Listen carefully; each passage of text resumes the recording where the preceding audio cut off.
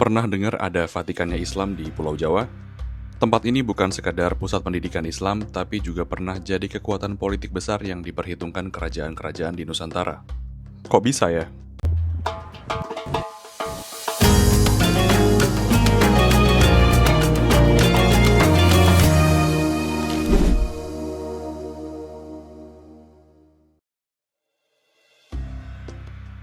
Di atas Bukit Giri, Sunan Giri bukan hanya berdakwah, tapi juga membangun pusat pemerintahan berbasis Islam. Giri Kedaton bukan sekedar pesantren, tapi berkembang menjadi pusat kekuasaan yang memainkan peran penting dalam sejarah Jawa. Giri Kedaton didirikan oleh Sunan Giri pada akhir abad ke-15. Awalnya tempat ini adalah pusat pendidikan Islam, namun kemudian berkembang menjadi kerajaan teokratis yang berpengaruh. Giri Kedaton dihormati sebagai kiblat ilmu agama dan para pemimpinnya bahkan dianggap sebagai rujukan spiritual oleh kerajaan-kerajaan lain di Jawa. Wilayah Giri Kedaton memiliki hierarki pemerintahan sendiri dengan Sunan Giri dan keturunannya yang memegang kendali. Dari sini, keputusan-keputusan politik dan keagamaan yang berdampak luas ditetapkan.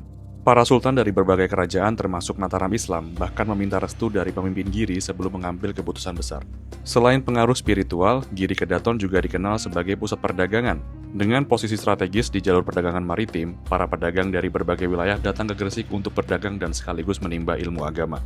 Namun, seiring waktu, kekuatan Giri Kedaton mulai melemah, terutama setelah Mataram Islam di bawah Sultan Agung menaklukkan wilayah ini pada abad ke-17. Meskipun secara politik kekuasaannya meredup, pengaruhnya dalam dunia Islam di Nusantara tetap terasa hingga kini.